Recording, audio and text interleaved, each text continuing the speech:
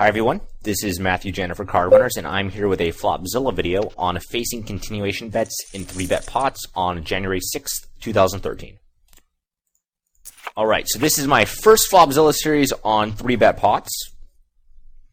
I'm excited to do this video for a couple of reasons. The first is I've never done much Flopzilla work for 3-bet pots, so I feel like I understand the theory really well. But it's one thing to understand the theory really well. It's another thing entirely to have spent like dozens, if not hundreds of hours analyzing board textures and really figuring out how all these ranges work. I have not done that. So I did some recent theory for 3-bet pots that I think will help me play better, but I haven't gotten a chance to play around with the ranges much. And since I've done little work in this area, I imagine I'm a lot worse now than I'll be a year from now.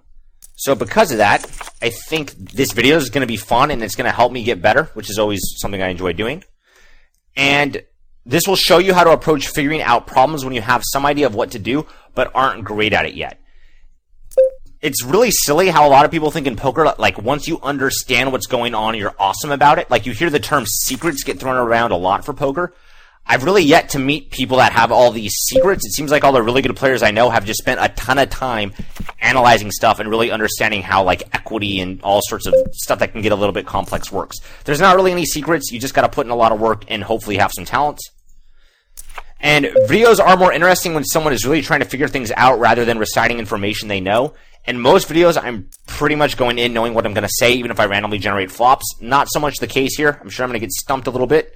And it's fun to keep putting pieces of the poker puzzle together and make sure stuff makes sense. So when I get confused with something in this video, I'm going to try to fit it into all the other theory I know and see how I can make sense of it. So a bit more detail. I'm just going to jump into button versus blind play. These are probably the hardest ranges to play with in 3-bet pots since they're the widest. But it's also the stuff I'm most curious about right now, especially since this is the most common situation by far. It folds around to the button opens, and then one of the blinds 3-bets. This situation's, I wouldn't be surprised if this situation is more important than all the other situations combined for 3-bet pots, because it occurs the most frequently by far, and since ranges are wide, it's the easiest to make a mistake. It's not that hard to play when you open under the gun and one of the blinds 3-bets you. You pretty much call with a bunch of awesome pairs and a bunch of like ace-king, a little bit of other stuff, but for the most part, your calling range is super, super strong, so it's not really that hard to figure out what to do. It probably wouldn't make that interesting of a series, so we're just going to jump into the hard one for this. Yeah, so this is why I wanted to work at it. I'm curious to see what mistakes I'm making and I want to apply some theory to trickier spots. So, I will talk theory during this video. Unfortunately, my 3-bet pot series from a few years ago I think is one of my weaker series. You don't need to watch this for that video, and I would not recommend you watch it to begin with. I think new videos are a lot better. That's probably the next series I need to remake, so if you really want to watch it, you can, but I don't really think it's necessary. The new theory videos are just much better. I'll talk about ranges and frequencies while I generate flops, so you don't need anything else for this video. So again, I know most people that are watching this probably don't have, ratios and frequencies memorized for how much you need to defend, how much you need to bluff raise for every value raise. We'll talk about it. It's not a big deal. I'll just throw it in during the randomly generated flops. And then, not trying to plug my book here, but if you want this stuff in more detail, it will be in my book when it comes out. So it's not that critical that I make, a theory series right now, because before that even happens, you're going to have the book, which will have this stuff in a lot more detail. And randomly generating flops is probably better for videos anyways, since that stuff is much better to see. I can play around with multiple computer programs and you can see everything I'm doing. And as I mentioned earlier, it's kind of fun to see someone trying to figure stuff out rather than them just recite information they already know. So here are the ranges we're going to use. Right now, this is the button call versus big blind 3-bet. So I'm by no means confident this is the correct range. It's clearly not going to be a theoretically perfect range. It's impossible to solve for that. But this has me defending 16% of the time by calling and 5% of the time by 4-betting. So I'm defending 21% of hands total. Make sure you understand that if you're opening the button more than 45% of the time, this might be too tight of a defending range. Even when I look at it right now, it seems like it's a very loosely calling defending range. I don't really have any problems with it, but when I was playing and I didn't understand this stuff nearly as well, I remember just calling way tighter against most people, partly exploitatively and partly just because I wasn't as good. But this seems probably pretty reasonable. You might need to defend a little bit more aggressive, but it's probably not overly tight if you're opening the button like, in the 40-some% of the time. And this is the big blind 3-betting range against that. cold calling range, something like this. Again, if you're calling with some of these hands, you're going to need to 3-bet other hands. So, for example, if you want to call with some of the suited kings and suited queens, that's totally fine. You just have to 3-bet something else. You can't solve for whether or not a hand is going to be a more profitable 3-bet bluff or a call. So, even pre-flop, king 4 suited, maybe I think it's a profitable call, but I think it's a more profitable 3-bet. I definitely think a hand like 9-8 suited is a very profitable cold call pre-flop, but I think it's even better to 3-bet hand because it retains its equity very well. I don't want to turn this into a pre-flop discussion, and it's going to be, pre-flop is very, very difficult to do for like button versus big blind play. You can solve for stuff that looks reasonable, but you can't solve for correct answers. So if you do disagree with any of these hands here, if you don't want to 3-bet king jack suited and ace 10 off, then by all means take them out. If you want to 3-bet king jack off as well, go for it. These are the ranges we're going to use for this video, and it's kind of, as I said, they're kind of reasonable, but they're not going to be perfect. They're impossible to solve for. So the only thing I would be anal about regarding these ranges is you want to make sure you don't have the idea that you can be much tighter than these ranges. If you're 3-betting significantly tighter than this 3-betting range, and I know it's approaching 17%, you might find the buttons getting the C flops very, very cheaply, unless you're 3-betting like crazy from the small blind. Likewise, if you're not defending as aggressively as this in the button when facing a 3-bet, you're probably going to be folding significantly too much. So go ahead and tweak the ranges as you want. You can totally move them around a few percentage points, but you're not going to be able to get crazy tight ranges like a lot of people use at really low stakes because exploitatively, if people don't 3-bet bluff, you're allowed to just call like very, very nitty range in the button. All right, so let's jump in. All right, so there's our first flop. And since, as I already mentioned, I'm less confident in 3-bet pots than I am in raised pots, I'm going to mostly look at how should I defend against a C-bet from the button. That's what I mostly care about today, and as I get better at defending against C-bets in the button, then I'll be able to start figuring out what the out-of-position player should do. So this is the easiest starting point. Since I'm not already really good at defending against bets in position, I sort of want to start here and get better at it. When I talk about raised pots, I'm already very, very comfortable with it, so I can immediately go from out-of-position to in-position like it's not a big deal.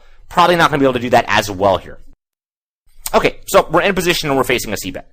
So the first thing you want to think about is in 3-bet pots, people usually bet around half the pot.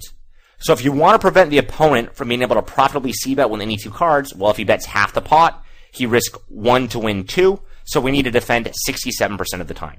So I can just, plug on my calculator, 192 times 0.667 equals, see what that is to see how many combinations of hands we need to defend if we don't think our opponent should be able to profitably bet any two cards. Now, so this is going to round to 129.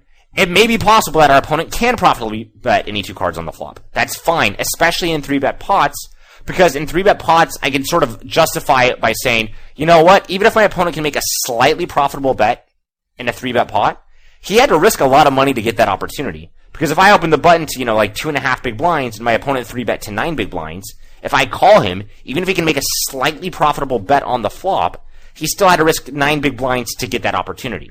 So it's not necessarily a big deal if you're not defending this percentage of the time, but just realize, don't have a contradiction in your thought process.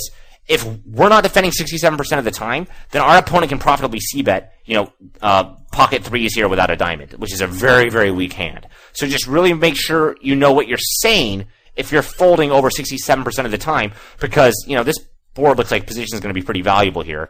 And if you're folding over 67% of the time, the 3-better can C-bet any two cards. So let's start with this, actually. Let's start with throwing this range right into handy-dandy poker stove. And then we'll take the 3-betting range, which is right and also throw that in. And then we'll just plug in the board to see the equity. Again, this isn't something I know off the top of my head, whereas I do know the equity for the most part in raised pots for most positions on most boards. So here, the player in position has 54% equity. So that alone is already telling me, as I'm beginning to do this analysis, okay, I have position and I have 54% equity. That doesn't prove I should defend 67% of the time and not let my opponent C-bet any two cards, but it's probably a pretty strong indicator. Those are two pretty big advantages, to overall have more equity and to have the advantage of position. Now, the exception could be is if my opponent has a way better distribution of equity than I do, then I can fold enough that I can C-bet any two cards. A little bit beyond the scope of what we need to talk about right now, you can clearly tell. If we have position, that's awesome, and we have more equity than him, that's awesome. We probably need to defend aggressively. Okay, so let's look at the button cold calling range. All right, So now what I would start doing is I would start looking at, I'd click this button right here to get sort of an overall feel for the distribution. And I'd say, okay, so weak pair is 50%. So any weak pair hand, so that was middle pair. Okay. So middle pair is around 40% of the time. So any middle pair hand or better right here, we're pretty much going to defend. There's no way we're going to be able to fold this. So we need to defend 129 combos total. I can't move my mouse right now, but look above Flopzilla. It says middle pair, 39.1%, 75 combos at about 192.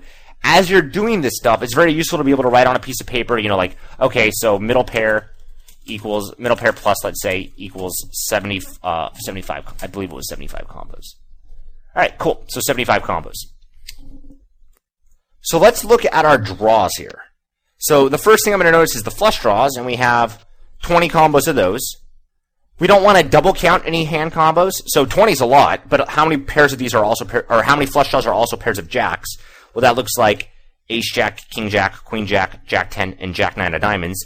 So let's say that's going to be 15 total. So let's go ahead and write that down. Flush draw equals 15. So that's quite a few flush draws, which is good. It's going to let us defend more combos. Let's look at our open-ended straight draws. Oh, let's take out the cumulative for that. So it's just going to be 10-9 suited. We don't want to double count the diamonds. So 10-9 suited equals 3.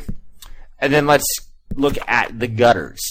So the gutters is going to be 20 combos out of, well, we don't want to double count the flush draws, so it's going to be 15. Only a quarter of those, 3/4 of them are not of diamonds. So gut shot equals 15. So I'm just kind of writing stuff down so I get a sense of how many combos I can kind of easily defend. So that's 75 plus 15 right here. 75 plus 15 is 90, plus 3, that's 93, plus 15 is 108. So I still have 21 more hand combos I need to go. But if I'm looking at my range already, it doesn't look like that's going to be that hard because I have ace queen, king queen, and some like ace 10 that all can have like overcards with diamonds. Likewise, we can have some like, ace 10 of spades and stuff like that. So I think we're going to get there. So for the hands we have right now, let's start adding in the other hands we're going to call with to get us to 129. So I'm going to put like ace queen 7. Now, notice when I put I might want to defend all my ace queen here, but I'm putting a 7 next to the ace queen, and that means every single ace queen with a runner flush draw. So that's going to include, I'm just going to write it down and then I'm going to erase it. So ace of diamonds, queen X, ace X, queen of diamonds, and then ace of spades, queen of spades. So those are the 7 combos right there. I'm also going to do the same thing for king queen. King queen 7. So that means, same deal, anyone that can run a runner or flush. And then I think I'm going to do the same thing even for ace 10. I'm going to put ace 10, 7. So that gets us to 21. So I'm going to count again. I know we're over 129 now, but we have 75 plus 15 plus 3, 93, 108 plus 21. Oh, wow, that's convenient. 129 exactly. Going to double count so I don't do something stupid, something you want to do when you're actually analyzing stuff. 90, 93, 108, 129. So conveniently, we got the minimum amount we needed to defend right now to prevent our opponent from making an immediate profit. This still probably isn't enough hand combos because, our opponent's like going to be making money when he bets his really, really crappy bluffs because he gets to see a free card since we're not always going to raise. But this is still a really, really good start. So let's get some more hand combos in here. So I would start with the spades, the aces of spades. So let's say ace 9 of spades, get that guy in here. Let's get ace 5 of spades. Notice ace 5 of spades can also turn a 3 or a 2, which gives it a gut shot. That's something kind of nice. So actually ace 5 can turn a 6 or a 7 or a 3 or a 2 to get the gut shot too, which is nice. I missed ace 4 suited earlier, which is 3 combos because you want to defend the pair. Then we have ace 3 suited and ace 2 suited. So that gives us 7 combos total. So that is now 7 combos more than the minimum amount we needed to defend to stop our opponent from being able to profitably c-bet any 2 cards. We could still maybe defend a little bit more than this because, again, we have position, our range has more equity. But this looks like a really good starting point for total combos defended. We got 136. Okay, so now I want to talk about raising a little bit, which is something that I haven't talked enough about before. So one of the more interesting things about 3-bet pots is when you are facing a bet and you're in position, you really don't want to raise that big. Because imagine you're in the big blind and I'm in the button. Now, imagine if you c-bet and I raise big against you. You're going to say to yourself, okay, Well, if Matt's raising big on the flop, it makes it very easy for you to just kind of go all in or fold. Because you're going to think to yourself, you know, Matt's already put so much money in the pot, you don't really want to play out of position. I mean, playing out of position sucks, especially on a board like this. So you're just going to either jam or fold after I made a really big flop raise. And really big flop raises are expensive. So this encourages the player in position to make sort of really small raises. So if this pot's already like 20 big blinds on the flop and the opponent c-bets 12 big blinds, maybe if we're in position here, we should only like min raise or just a little bit more than min raise, because we want to force our opponent to have to continue to play out of position on future streets. So it's very tempting when you're doing theory stuff to always imagine, okay, how big do I need to raise to make my opponent break even with a bunch of hands? But that's not necessarily what we're doing. So again, imagine you're out of position and I'm in position. Now, if you c-bet on this flop with a gut shot, so let's say you're c-betting on this flop with 9-7 of spades. Now, if you c-bet with 9-7 of spades here, and I min raise you on the flop, you might be able to profitably call, because you might think to yourself, okay, well, Matt can be raising me here with a lot of weak hands. If you turn a 10, you're going to pretty much be nutted. You could always turn a spade. A 6 gives you an open-ended straight draw. A 9 gives you like a 9 or a 7 gives you a pair, which could win if I stop bluffing against you. So if I min raise you here and you have a gut shot, I'm probably going to not make you unable to profitably call. But it's still much worse for you to have face that raise than if I were to call. Because if you c-bet with 9-7 of spades here and I call, you're going to all the time improve to a spade or a 10 on the turn. Whereas if I raise you, you might still be able to improve to a spade or a 10 on the turn, but you had to pay more money to get that opportunity to do that. So people get very, very tempted with trying to make players break even. So if I'm playing against you here, my goal with min raising on this flop isn't necessarily to make you break even with your gut shots, so much as it is to decrease their expected value. So this is really important, and make sure you understand it. I can raise not to make you break even with a bunch of hands, but to decrease the expected value of a bunch of hands. Because think about it. I mean, if you have a gut shot and I raise you, and calling is only plus 1 big blind in EV, I'm pretty okay with that, because you've already put like 18 big blinds in the pot, maybe more, maybe even 20 big blinds into the pot, and now you're getting to make a call that's plus 1 big blinds in EV. So you've effectively already lost most of the pot. So it's okay for me to make small raises here, even if you're going to be able to profitably call with a lot of draws. Again, so this stuff is explained in more detail in the book that will come out with 2+2, but right now, our goal isn't to get really anal with sizing or anything like that. It's just to get a general idea of how to play well in 3-bet pots. So here, I think we're defending enough combos here, or we're defending a good amount. Maybe we could defend a few more, but for the most part, we're pretty good.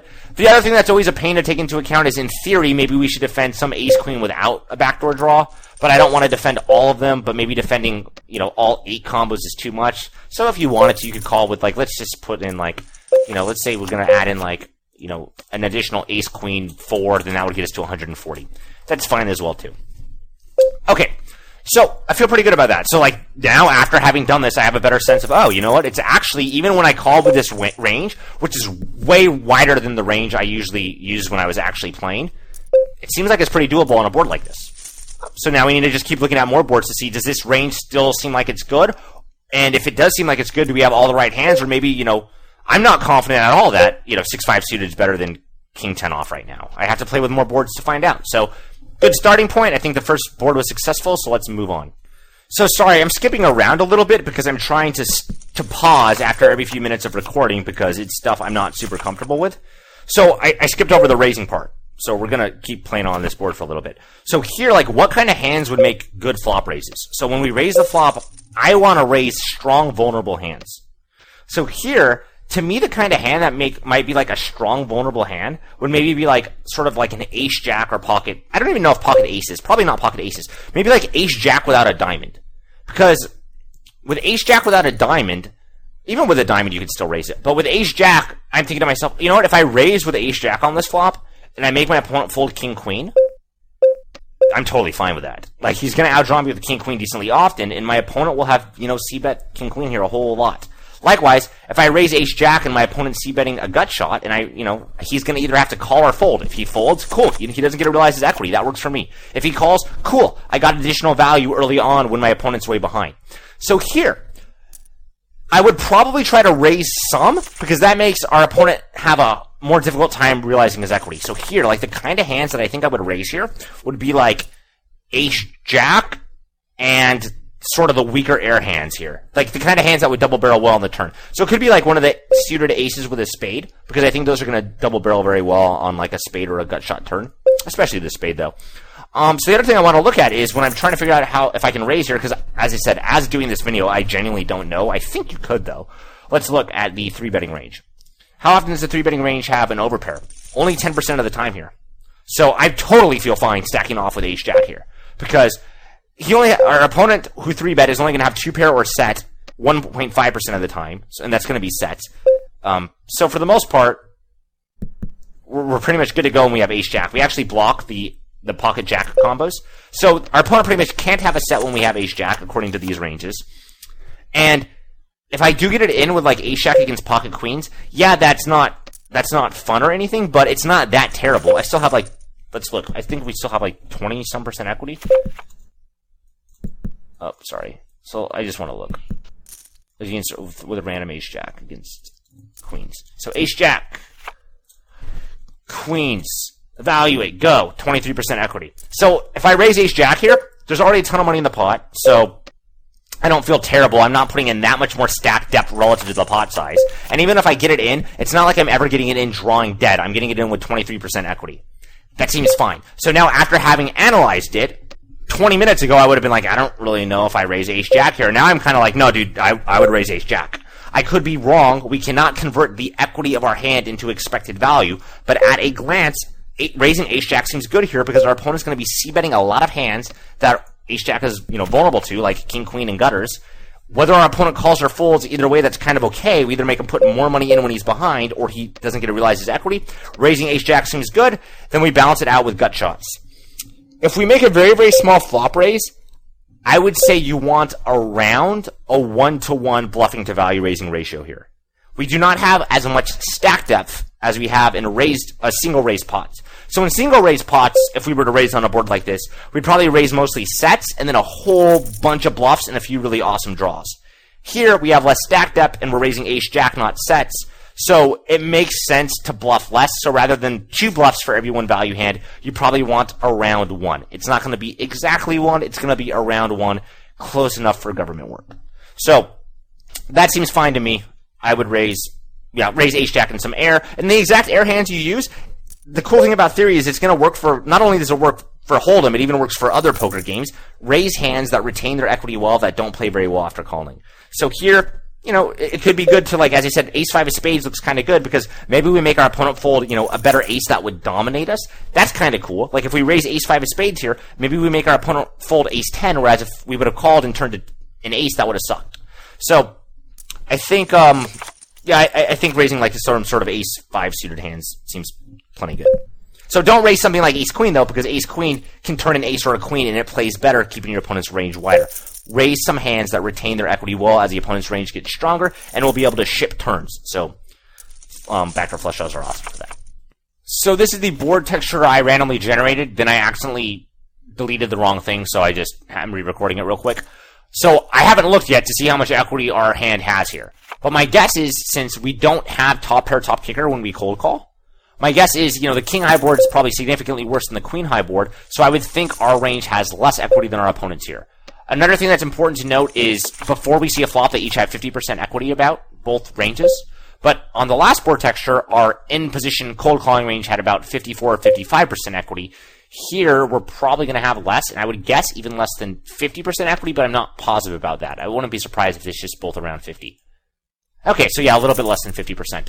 Now let's make the king a queen, because, again, we're learning here, so we don't have to always go in order. How big a difference is it to have a queen rather than a king? Okay, so about 2%, 2.5%. So a little bit different, but not massive or anything. Okay, so let's just jump in. So I'm going to delete all this right now. And let's just see. We have 197 combos. No, this is the 3-betting range. Let's use this range. So we have 192 combos. Very similar. So 192 times 0.67. So 192 times 0.67 equals. 129. So this is the same as last time, so they just happen to have the same amount of removal effects. Of course, this program takes into account removal effects, so we just happen to have 129 hand combos that we need to defend both times. Okay, so let's start off with writing down the obvious hands again. So middle pair, that's 35%, so that's 66 hand combos. So middle pair plus equals 65 hand combos. Middle pair. Oh, sorry, it was 66. And then we want to start looking at, we can look at our draws next. So let's go ahead and go to flush draws. So flush draws, I'm going to take out cumulative. Flush draws is going to be 17 hand combos, and we're only double counting 2 here. We have the 6-5 of hearts and the ace-5 of hearts. So I'm going to go ahead and write flush draw 15. Just double check that real quick. And then open-ended straight draw is just 7-6 suited. So 7-6 suited is going to be 3 because we don't want to double count again. And then we have, only one gut shot here. 9-7 suited 3. Okay, so it looks like it's going to be a little bit harder to defend enough hand combinations here. And I don't mean harder like it's much more difficult to do while you're actually playing, but I mean harder as in like when you're actually just counting the numbers from, you know, the layout or from the display in Flopzilla. Nothing really jumps out as, oh, this gives us a bunch of combos here. So we're going to have to, for example, pick out like ace queens and ace jack and ace tens with backdoor flush draws to make sure we're defending enough combos.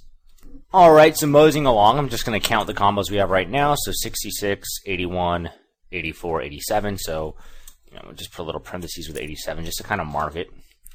Okay, and let's just go ahead and start counting the extra ones. Ew, come on. There we go. So, ace queen, I'm just going to start off with 7. I think we might end up floating them all, but I'm just going to start off with ace queen, 7, ace jack, 7. Yeah, let's just go ahead and go ace 10, 7. So that gets us a 21 right there. We still got a long ways to go. Okay, so we already have pairs of 10s and 9s counted in this middle pair range that we got at the beginning. So we can't actually add any middle pairs that way. So, alright, so we got these pairs of 5s that we missed. So I'm already starting to notice. I guess I'm just not paying enough attention and I'm missing those. So we got pairs, so we have 7, 6, 6, 5 suited. And ace 5 suited. So that's going to be another 4 combos because unfortunately we can't double count the flush draw. So ace 5 suited, 2 combos, 6 5 suited, 2 combos. And then I think we're going to have to defend pocket 7s and pocket 6s with a heart. So I'm going to go 7 7 with just a little H there, 3 6 6 with a H 3. Now it's possible we shouldn't defend enough to prevent our opponent from being able to properly bet any 2 cards, but I'm not that confident in that yet. So still just throwing out hands. 10-9 of spades. Jack-10 of spades. Queen-Jack of spades. Queen-10 of spades. Jack-9 of spades. All those hands, these hands that I just wrote down. So I'm just counting that I have 5. 1, 2, 3, 4, 5. So just marking it with that right there.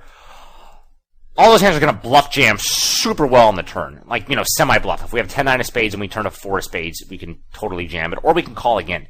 So those are going to give us a lot of options on the turn. We can bluff it if our opponent checks. So I like these hands quite a bit right here. So I feel pretty comfortable with those.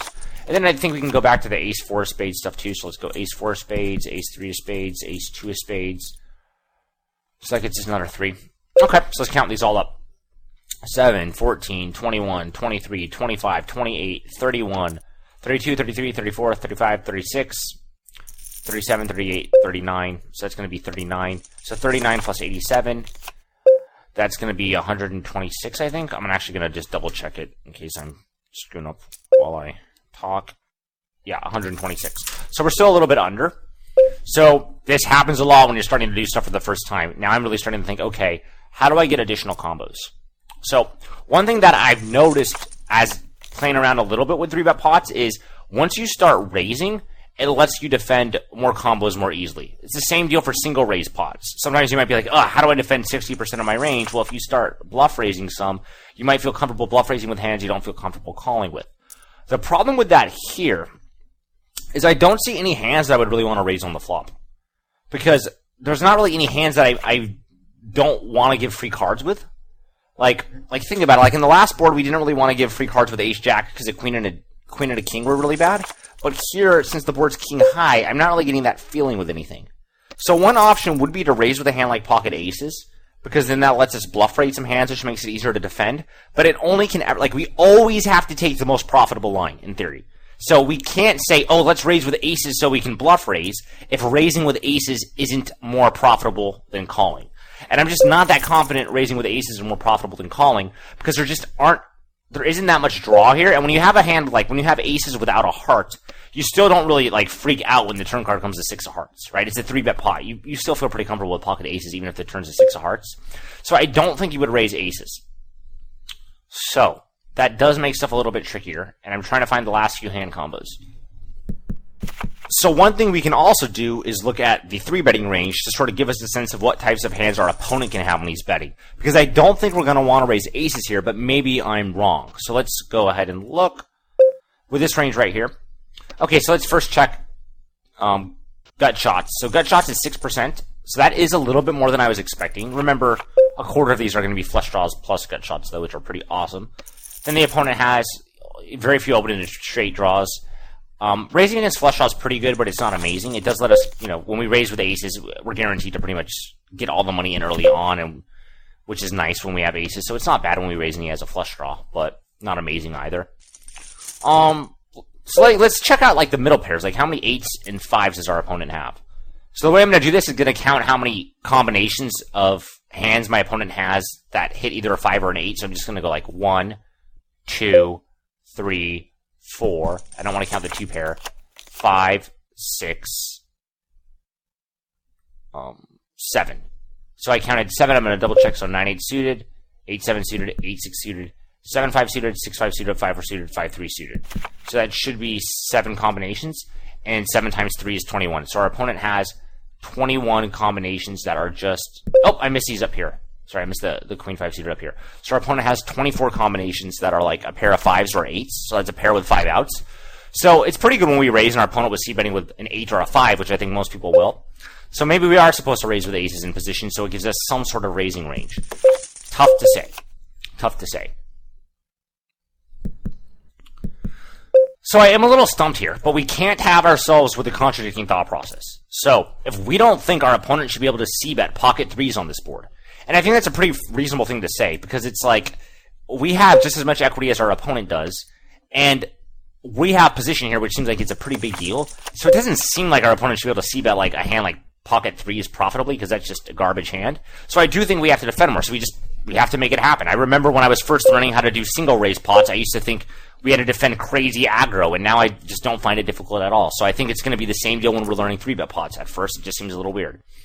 So raising aces is an option, putting that in the back of our head, or the back of my head for right now.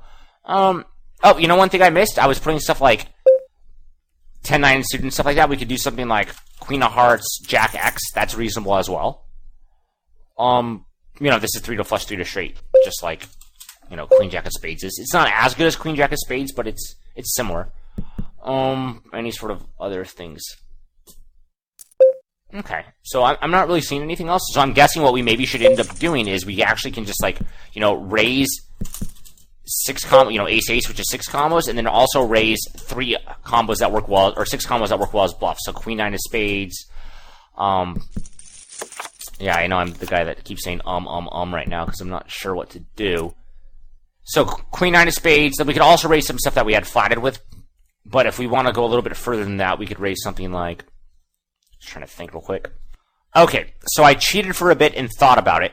And how about if we raise aces with no hearts, and then these 3 bluffs? So whenever I have a bluff like Queen X Jack of Hearts, I only need one of those combos, even though there are 3. So let's talk about aces with no heart. Why are we raising aces with no heart rather than aces with a heart? Well, the reason for that is I want to keep hands I dominate in my opponent's range. So on this flop, I think a lot of people are going to c-bet with like ace-queen or ace-jack with the queen or the jack of hearts. And if I have pocket aces with a heart, I want to call and just hope I get lucky and the turn in the river run a flush. Because obviously if I have aces with a heart and the turn in the river come flush, that's awesome. If I have aces without a heart and the turn in the river come flush, that's not awesome. So it makes sense to raise with aces without a heart because those are the more vulnerable hands. And if we raise aces without a heart, even though it's not like we're afraid to see the turn with aces without a heart, I'd much rather call with aces with a heart where I can dominate my opponent if the turn of the river come heart rather than get outdrawn. So hence raise aces with a heart or sorry, raise aces without a heart and call the aces with a heart.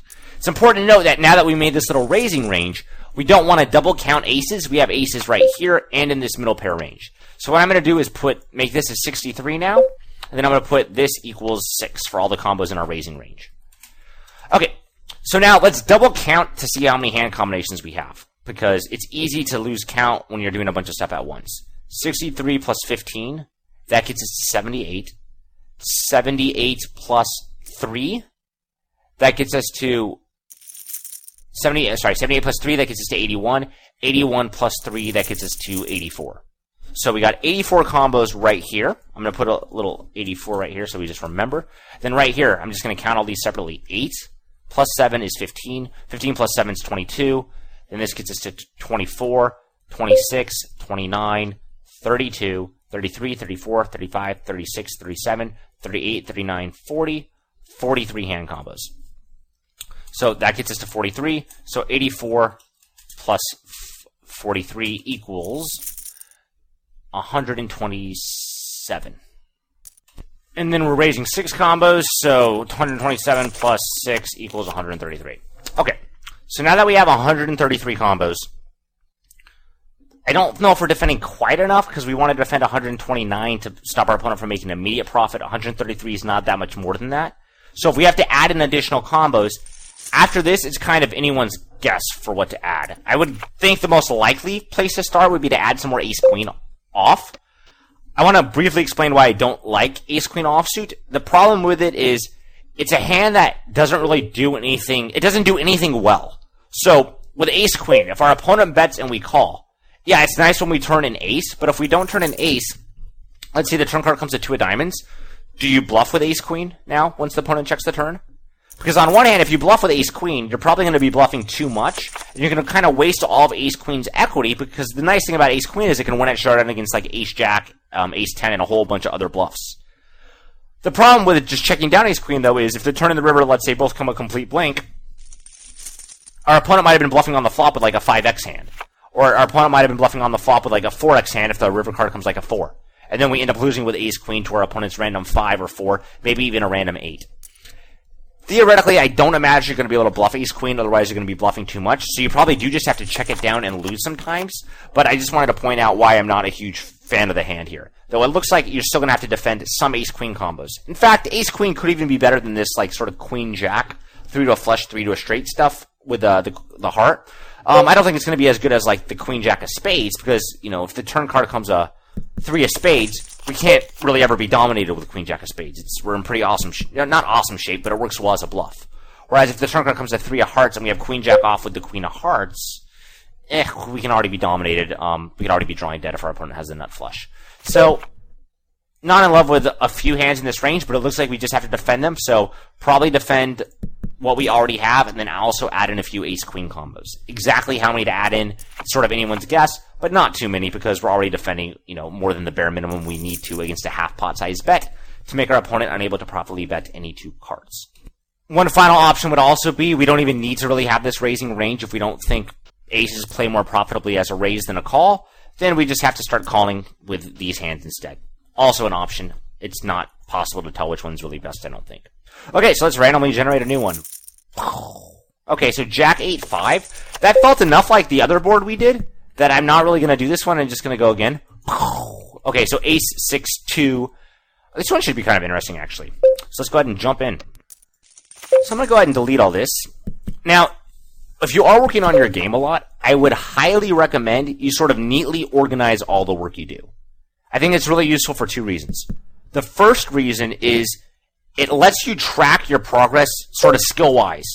So right now when I'm doing all this work, if I look back at how I sort of utilize my range a year from now and I find out I had a leak, that's good to know. So I can see, oh, in the last year I've improved. I no longer have this league I used to have because I see that I misplayed all these boards this way. So it's very useful for tracking your skill to keep all your information very organized. The other thing that's really nice to do is if you do find you have a leak or you're just tilted and you're playing poorly, maybe you're on a downswing, you can go back and look to see how you think sort of an optimal player should play. Obviously, we're not getting the exact optimal ranges, but we're doing sort of the best we can right now. So if we find out we're just totally losing a bunch of money in 3-bet pots, maybe we're playing too tight, maybe we're playing too loose. We can go back and look and see how we think 3-bet pot should be played if we're trying to play close to optimal. So really keep this information organized. The biggest benefit you get is you're just going to actually remember this stuff pretty well, but it's nice to know that, hey, I can always go back and look as I need to as well. Okay, so let's jump into this board right now. So I'm going to just check to see how both the ranges do on this flop texture. So let's go ahead and plug in ace of clubs, 6 of diamonds, 2 of spades, and see how the equity goes. Okay, so the 3-bet calling range had about 51% equity pre-flop. Now it has about 49% equity. So in terms of absolute equity, I guess it favored the 3-betting range a little bit more, which actually surprises me because I would have thought it was going to favor the button flatting range since I have more ace-x suiteds, but apparently not. So let's just look why. No, yeah, the aces are just really good in the 3-betting range. I didn't 3-bet any suited aces in this 3-betting range because I feel like they play a little bit better in raise pots, though I could be wrong here. Maybe some of these should be 3-bet, just to sort of balance out the range. I'm not positive. So anyways, this is the calling range right here, so let's see how many combos we need to defend. So it was 187 combos, so 187 times 0.67 equals 125. And let's just start with middle pair plus. So that's 89 combos right there, so that's nice. So that takes care of most of the combos right there.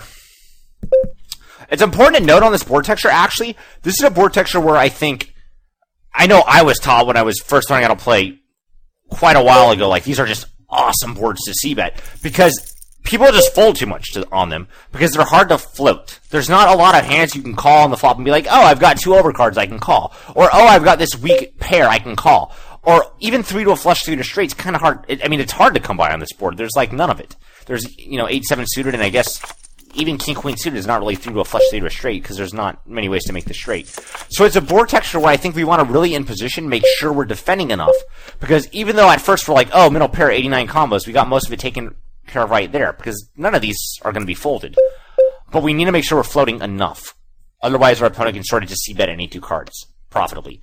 Here, I don't have much of a problem with the opponent being able to profitably c-bet any 2 cards, because not only does his range have a little bit more equity than ours, position is not particularly valuable on this flop texture, and he has a really good distribution of equity, because he has a lot of really strong hands. So here, I don't think we're going to want to defend too many more combos than 125. I think defending around there is probably going to be about right.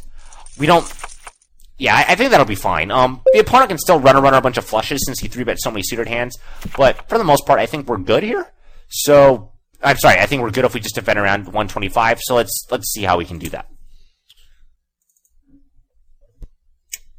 Okay, so let's start off with, I don't think we're going to be able to just, like, throw down a bunch of hands. We maybe can throw down all the king-queen, but let's even wait on that, and let's just go in order the most obvious hands.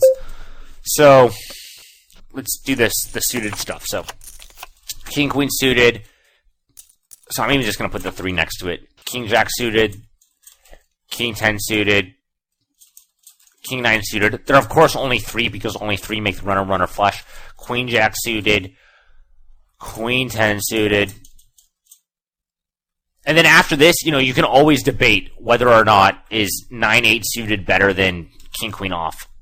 I think it is, but it's still tough to say, and I could definitely be wrong there. So I think 8-7 suited is at least better because there's 3 to a flush, 3 to a straight. Again, I could be wrong, though. I definitely could be wrong about that here, but I think it is. And so let's add in the king-queen next, the remaining king-queen. So that's 13 combos, and let's count this right here. So we only need to defend about 100. We only need to defend, I think, 36 more. 125 minus 89 is indeed 36, I hope. Yeah, okay, that's 36. So we need to defend 36, and we've got 3, 6, 9, 12, 15, 18, 9, or 8. I'm really bad at counting, apparently, while I talk. I just learned this. 21, that's 34. I'm going to go ahead and double check. 3, 6, 9, 12, 15, 18, 21, 34. So, 34 plus 89, that's going to be 123. So we're pretty much already there right now. I think we could defend pocket 5s if we wanted, although I don't think we need to here. We could also add in some more of the, so if we need to add a few more combos, let's say we want to add in 9-8 suited. So this is the board texture where I think it's kind of easy when you write it out like this.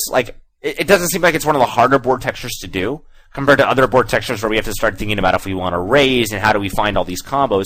Here, it's kind of just like if you're autopiloting, if this is what the flop comes and you have queen jack of diamonds, your opponent bets and you just insta-muck, you're super, super exploitable probably. Your opponent can just c-bet any 2 cards and make a whole bunch of money. Same deal if you're just insta-folding like king, queen off or something like, 8-7 suited, maybe even 9-8 suited.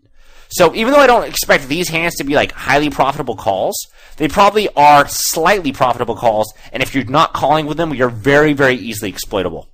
And even against a good opponent, like I know if I were to play right now, I haven't played since Black Friday, but if I were to play right now against an unknown, someone opens and I 3-bet them, then I'm pretty sure I'm going to be one and done here so often against an unknown because I'm just going to c-bet on this board, the ace-6-2, expect my opponent to fold way too often, and then once they call, I'm going to think, they're going to have a lot of aces and they're not going to muck enough on the turn of the river, so I would just check fold the turn. So if the turn card comes, let's randomly generate a turn, the 5 of diamonds, sure.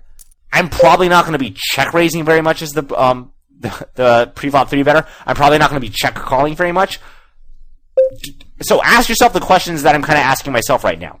If you're the 3-better, and this is the flop, if you c-bet and the turn card comes a 5 of diamonds, what hands are you check calling with? What hands are you check raising with? My guess is a lot of very good players that are watching this video are saying to themselves, almost none, if not literally none. Because the kind of hands that you sort of want to, check call with on the turn would be like pocket kings or ace-x. Those might check call on the flop. We didn't have ace-x, so it'd be mostly pocket kings here, so let's get the range out. Yeah, so like the hands that would want to check call on the turn might be like kings, queens, jacks, or tens. A lot of people would just check call those on the flop to begin with.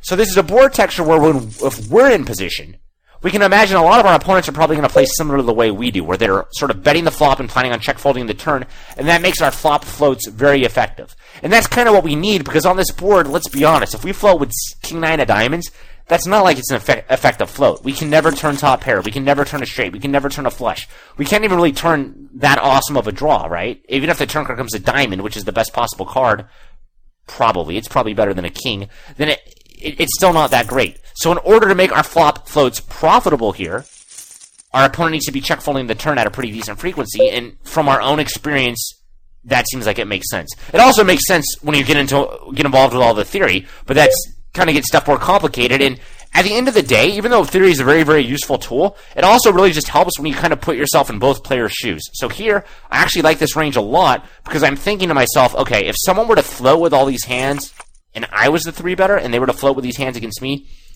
all of these floats would be extremely profitable. Because I just don't think against a random unknown, they're going to float me with very many hands. So when I do bet the flop and they call, I'm going to check fold a ton on the turn. So always good to look at hands from both perspectives and really think. So I think we've got time for one more. Boom. Alright, so 10-5-2. I had already thought when we got the jack high board and did it, I wonder if you raise ace-10 on a 10 high board. My guess is you do. So we can kind of look at that right here. So this is what's so awesome about when you do Flopzilla stuff is you just start noticing how so many flops are similar after you've already played with some. So let's just start out right here, actually. The big blinds, this is the big blinds range right here. Let's see how often they have top pair beat. So here they have top pair beat 15% of the time, whereas before it was only, I think, 11% or 10% of the time with the jack high.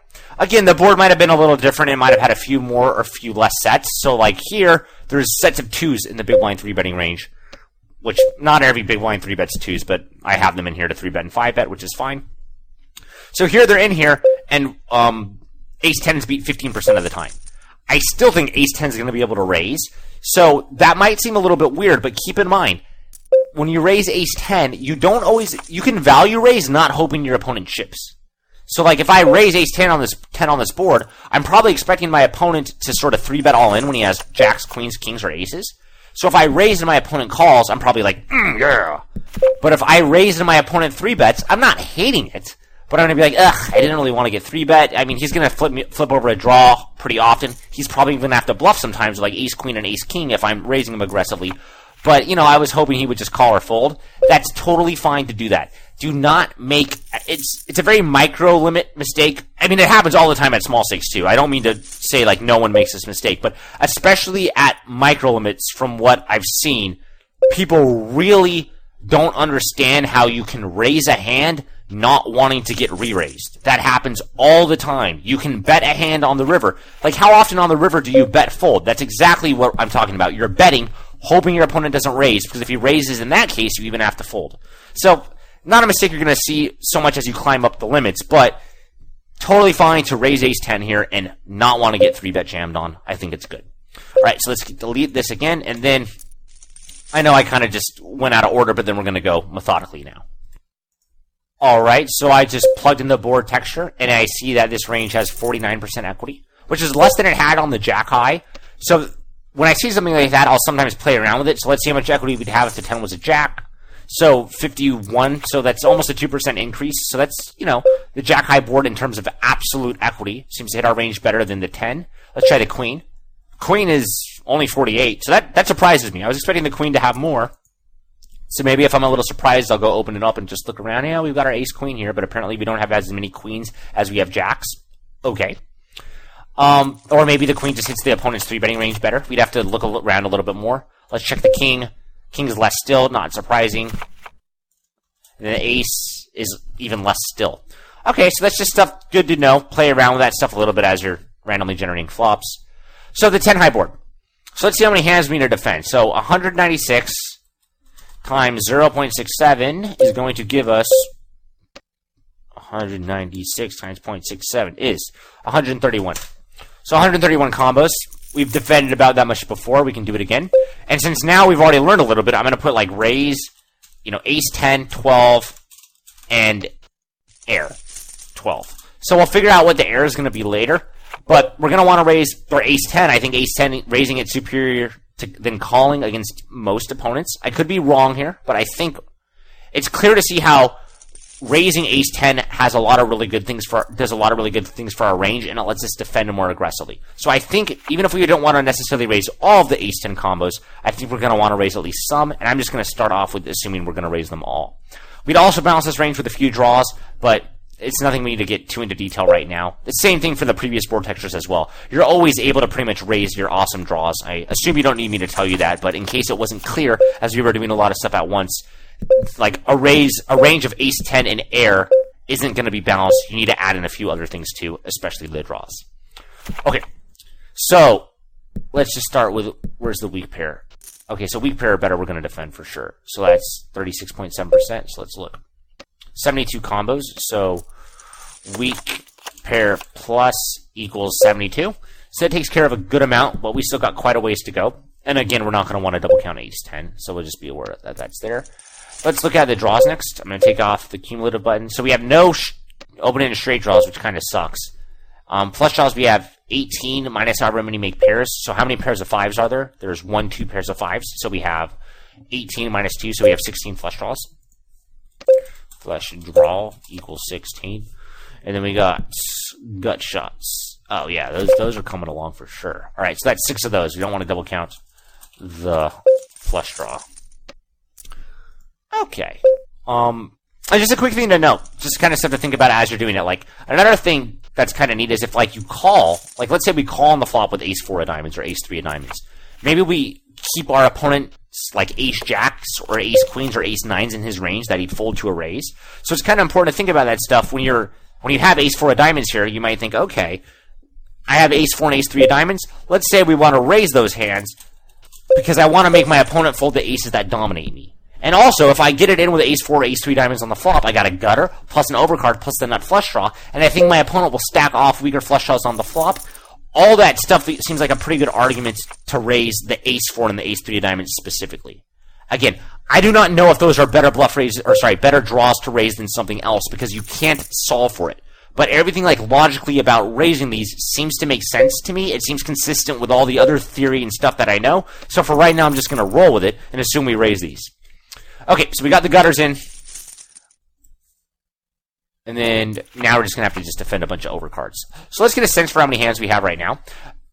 We'll take these out at the end because I know we are double counting. But we have 72 plus 16, that gets us 88, plus 6, that's 94. So total right now is 94. And then we just need to add in a whole bunch of overcards to the defending range. There's probably some 3 to a flush, 3 to a straight stuff too, But we'll start with the overcards. So let's say ace-queen. I think we're going to want all those. So let's just go ahead and throw all 15 of them in, not double counting. Then let's do the ace-jack-7.